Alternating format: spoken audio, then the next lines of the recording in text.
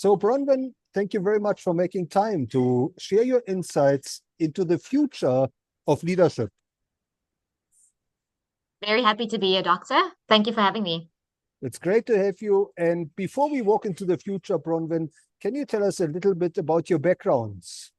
Where did you Sure, grow up? sure. So I grew up in a very small, what we would call in South Africa, colored community, in East River in the Western Cape, in Cape Town. The environment was not necessarily conducive to great opportunity, but my parents worked extremely hard to be able to give myself and my siblings the opportunity to go to good schools. So I went to Rhenish Girls High School in Stellenbosch, which is a fantastic school. I was very privileged to be able to go to that school. Matriculated there in 2003 and then embarked on a law degree at university for a few years, but realized very, very quickly law was not for me. My parents then told me that if law is not for you, unfortunately, you'll have to find your own path, my child, and work and study. And so I started working. I think I was a receptionist at the time, and then I was studying marketing part-time at night. So that was quite fun. And then once I finished my marketing qualification, I got my first real marketing job at Shoprite Group of Companies as a marketing campaign manager, where I spent the next 11 years. So was definitely an amazing experience to be able to work under some of the greats like Neil Schroeder being my direct line manager. Learned so much in that business. The biggest retailer in Africa. It's a great training ground from a marketing perspective, and also to experience different kind of leadership from 22 to 33. Got 4 promotions from marketing campaign manager, ended up heading up the marketing for Shoprite and a few other brands within the group stable. And then I left and went into the fintech space. So joined Mukuru, which is a large fintech, which is a global fintech. That was a fantastic experience as well. Spent 4 years there working with foreign national consumers. So very, very different to what I experienced at Shoprite. Really getting into the roots of what you do when it comes to sending money cross-border and the individuals that have to work extremely hard to be able to send money back home to their families, whether it be Zimbabwe or Malawi or Botswana. So really fantastic consumers, and the purpose behind the business was one that I resonated with really, really well. Spent 4 years there, did some awesome things, great leadership, excellent executive team that I was a part of, and then got poached to Capitec. So Capitec obviously being the #1 retail bank in South Africa with a huge amount of customers, millions of customers. Really a business that challenges the status quo in everything that they do and how they even came about. So once again, I've been very blessed to join brands that really, I think, match my purpose in life, which is to do something that means something to South Africans. So meaningful businesses in the world. And now I'm at Ackermans. So spent a year at Capitec, and now I'm at Ackermans as the Chief Marketing Officer. Again, a part of a very diverse organization, part of the Pepcore Group.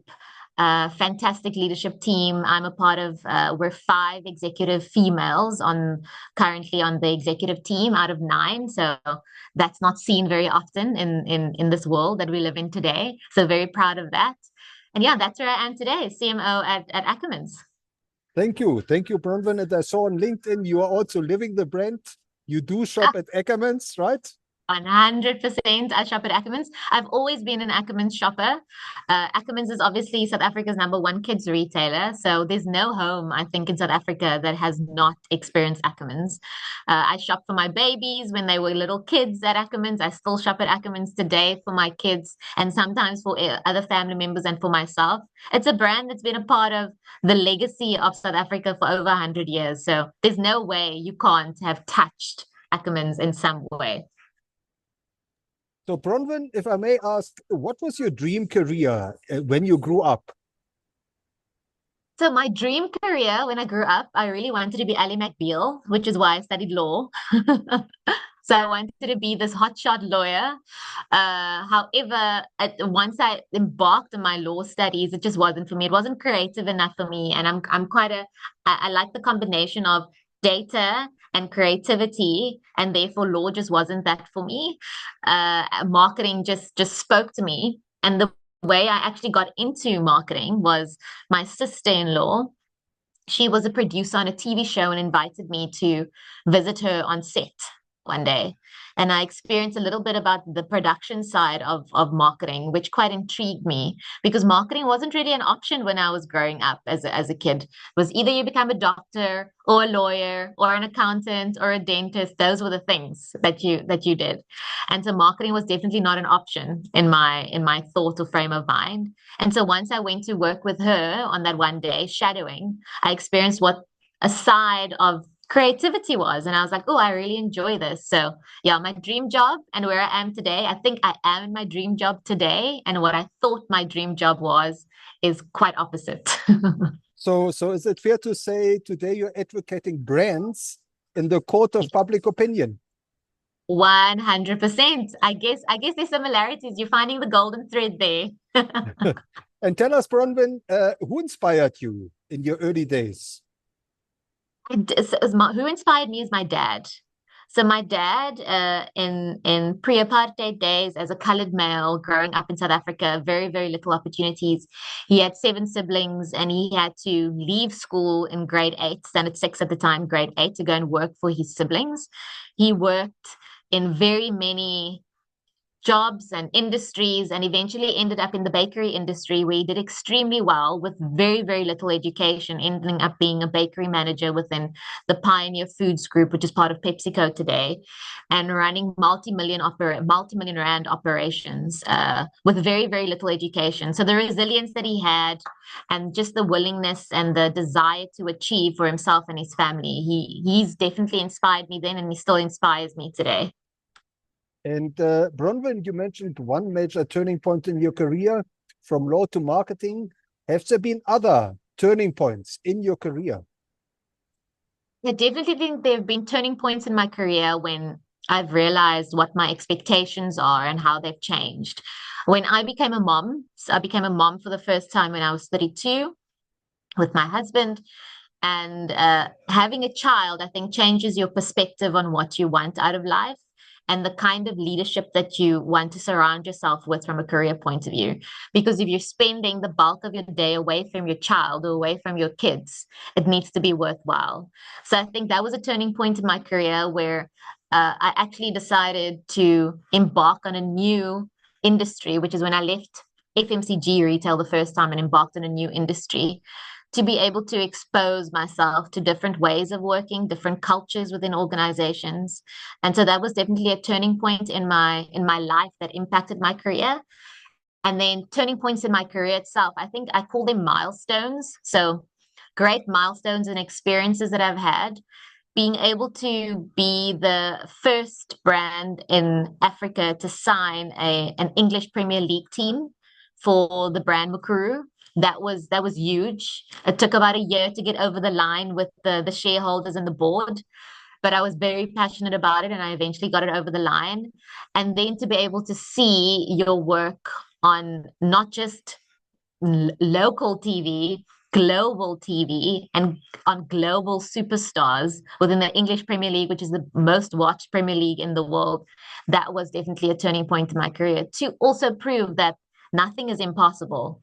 Anything is possible. It's just about who you speak to on which day, in which moment, and definitely have your argument and your pitch ready. And which team did you sponsor? It was Crystal Palace. So Crystal Palace Football Club, one of the reasons was because it had the most African players, and Mukuru is an African-based organization serving Africans all around the world. And they had one of the top players in the league, Wilfred Zaha, which was, I mean, a legend at the time. He's not playing in the English Premier League anymore. They're in the middle of the log, usually from a league table point of view. Right now, I'm not sure what's going on with them, so we don't talk about it. But at the time, a few years ago, they were ranked in the middle of the log. A great team with great ethos and a team that would not alienate any opposing supporting team. So even if you were supporting another brand, Crystal Palace wouldn't be something that you would be opposed to. And the exposure that we got from that was just phenomenal. So tell us, Bronwyn, what is driving you today? What is motivating you? What is energizing you every single day? I must say that I think what motivates and energizes me every single day is just the pursuit of excellence and the pursuit of aspiring to leave a legacy for myself and my family one day. I want my kids to be exposed to the greatest things in life. And the greatest opportunities in life. And so what motivates me to do an amazing job every day is them. I've got two kids, a 6-year-old and a 4-year-old, a boy and a girl. And so they definitely motivate me. And then I don't want to leave this earth being known as anything mediocre. And I don't want to walk in a room where my reputation is anything mediocre. So my personal branding is as important to me. So Bronwyn, looking into the future, and I know it's a big question, but what does the future of leadership mean to you? That has changed for me quite a bit over the years. I've been in leadership positions from the age of 24, so very, very young. And what I thought leadership meant at 24 to now being 38, it's very different. I think leadership to me, and if I think about the people that inspire me most, are individuals that are authentic. Authentic leadership means a lot to me. People that are authentic, people that are open to the fact that humans are they're fallible. We do make mistakes, but they're encouraging, they're inspirational, and don't only talk the talk, they walk the walk. So, leadership to me, from an authentic point of view, is somebody that I'm able to respect, somebody that is in the trenches with me, and somebody that I can look up to because they understand that they might make mistakes, but it's about owning your mistakes and not making the same mistake twice. Leadership to me is about inspiring other people and taking people on the same journey as you. I feel like as a colored female in South Africa, I personally have a responsibility because I've been afforded opportunities that other people haven't to also take other individuals along with me and show people that things are possible and what you're able to dream of is possible. You know, dreams are not something that is it's a distant memory or it's going to be something far in the future that you won't be able to achieve. Anything is attainable. And so the inspirational factor and authentic leadership to me means the most. Now, Bronwyn, you touched on the next generation, your children and future leaders. In your opinion, what is it we have to do more to develop future leaders, to enable future leaders? I do worry a little bit about my kids and when they get into the world of whether it be corporate or the working environment, because there are these texts going out or writings going out and articles going out about the fact that millennial parents like myself, where we coddle our kids. So we're preventing them from the hard yards. Whereas us as kids, we weren't coddled as much. We walked to the store as an example at the age of 10. We were exposed to a lot more. Risks was not really known as a risk back then. It's just it was daily life, you know. Whereas today, our kids, we try and protect them a little bit too much. So I do think that we need to expose them more to some hardships, if I can put it that way. And I speak specifically about my kids, to teach them resilience because we had to be resilient as young kids, and therefore we've turned out to be resilient, hardworking individuals as millennials, and then also hard work. And hard work does not mean that there's not going to be sacrifice. And yes, there's something known as, which is a very big topic around work and life balance, but there are going to be moments in your life where there's not going to be balance, but it depends on what you're trying to achieve at that moment in time. Before I had kids, it was work balance, no life balance, but I knew what I was trying to achieve, you know? So if there's a goal and they're trying to reach a goal, they need to understand that it's going to take a lot of hard work, and then also surround yourself with people that you want to be like or emulate in some way, because the company that you keep are also either going to hold you back or they're going to help you excel in areas that you want to excel. Now, Bronwyn, talking about resilience and bouncing back, these are challenging times as the world is stumbling from one crisis into the next. What is your advice for future leaders in terms of challenges? What are some of the biggest challenges they should expect to encounter and hopefully overcome in their career? I I always look at challenges as opportunity, which is why when people ask me what challenges have I had in my career, I'm like, no, none. You know, even though if I sit back, I'm like, obviously I have had challenges, but I'm very much a believer of the positive mindset. And if you have a positive mindset, then even if challenges approach you, you just feel like it's a part of your daily life. It's just another one that you have to get over. You don't see it as something negative. So looking at everything and this is everybody uses this saying, but the glass half full, everything is a glass half full. And every challenge is an opportunity for you to stretch yourself.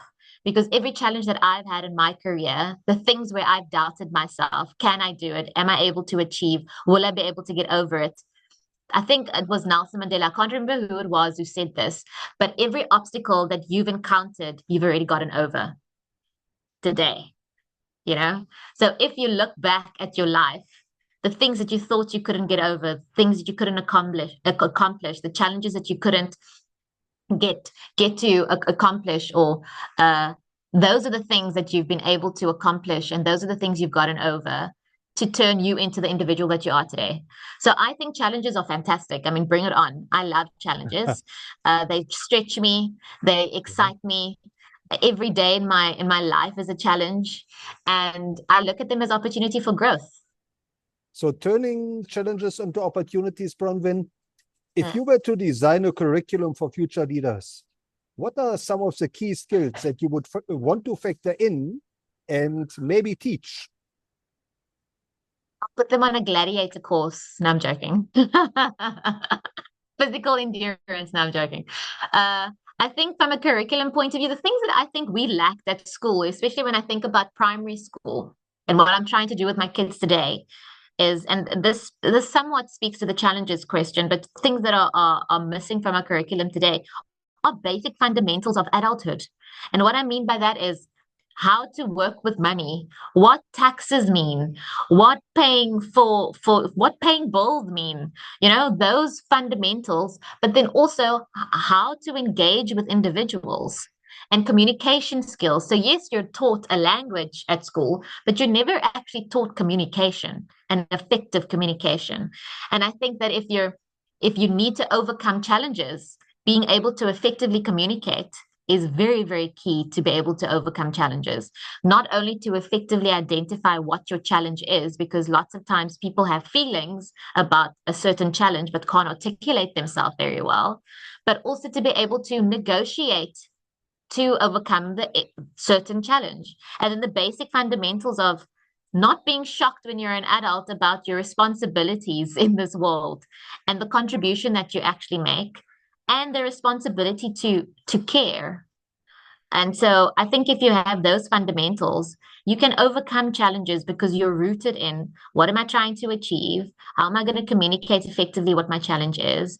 Then how am I going to overcome this challenge with problem solving skills? Because that's also something that we don't necessarily learn. Maths is not the only way to problem solve.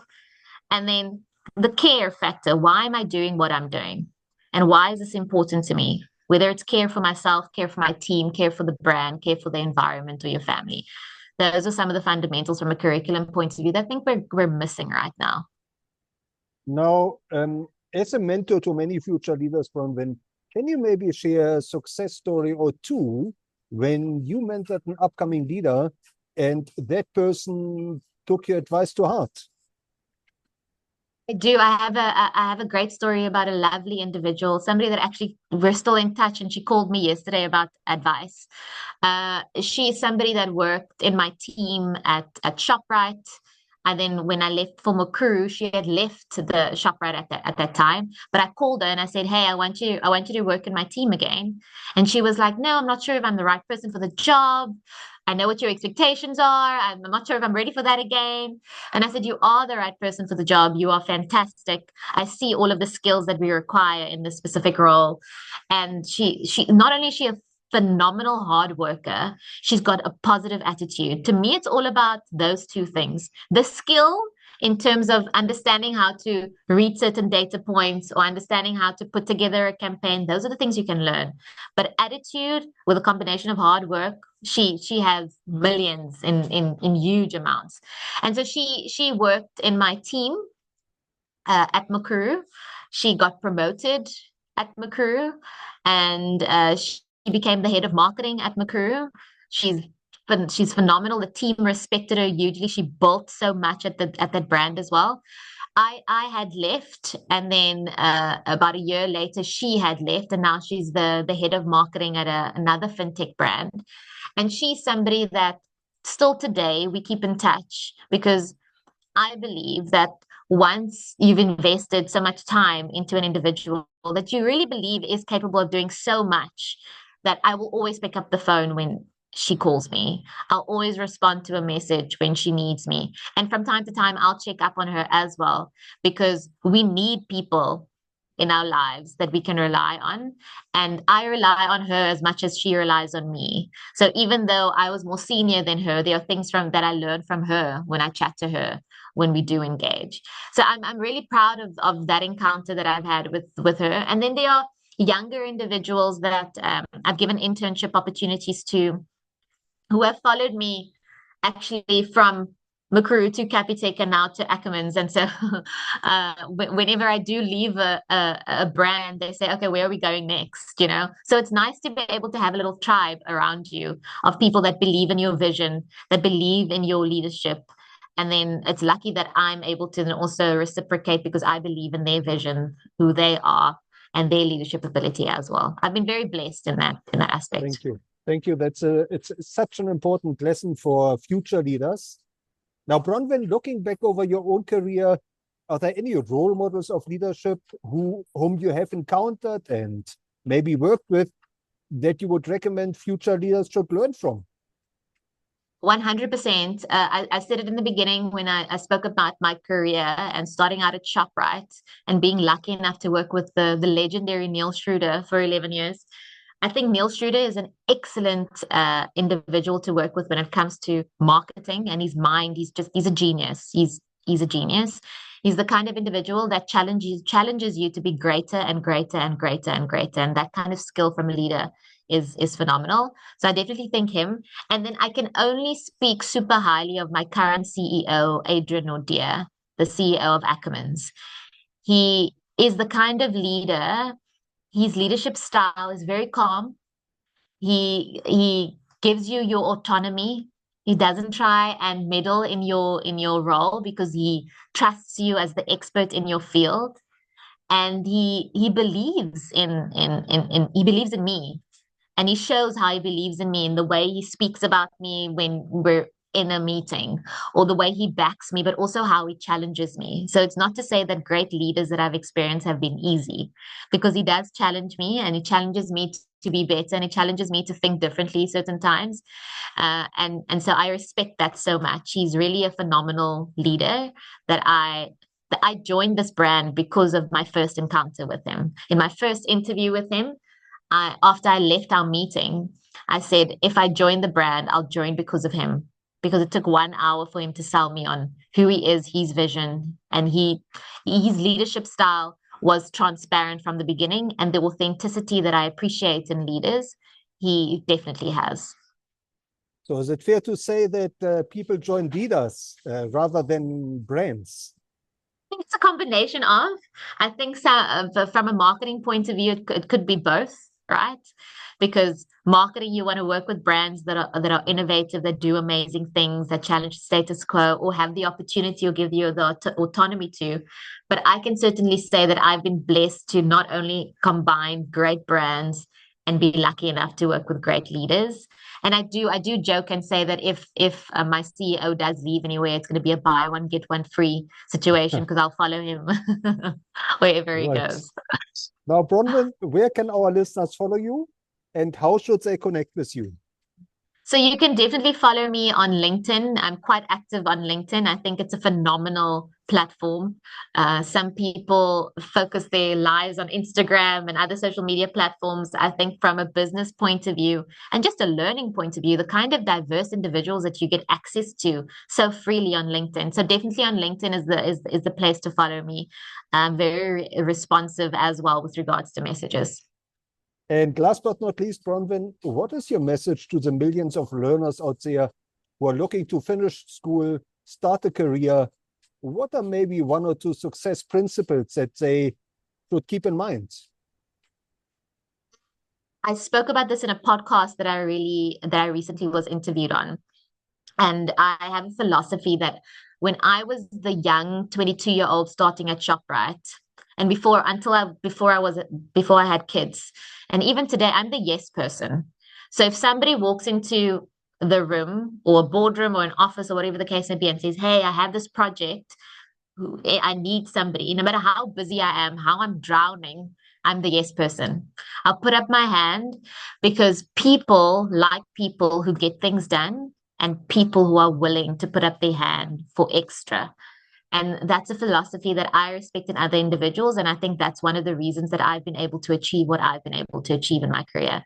And even today, I'm the person that nothing's ever too much. Obviously, there are going to be boundaries. There are going to be times where you have to set boundaries, but I regard myself as the yes person. I'll say yes to anything that's going to help the business be better. Thank you. Thank you, Bronwyn, for sharing your insights and your wisdom into the future of Thank you. leadership and for inspiring us to build a better future. Thank you so much, Dr. Nick. I really appreciate you having me on your platform.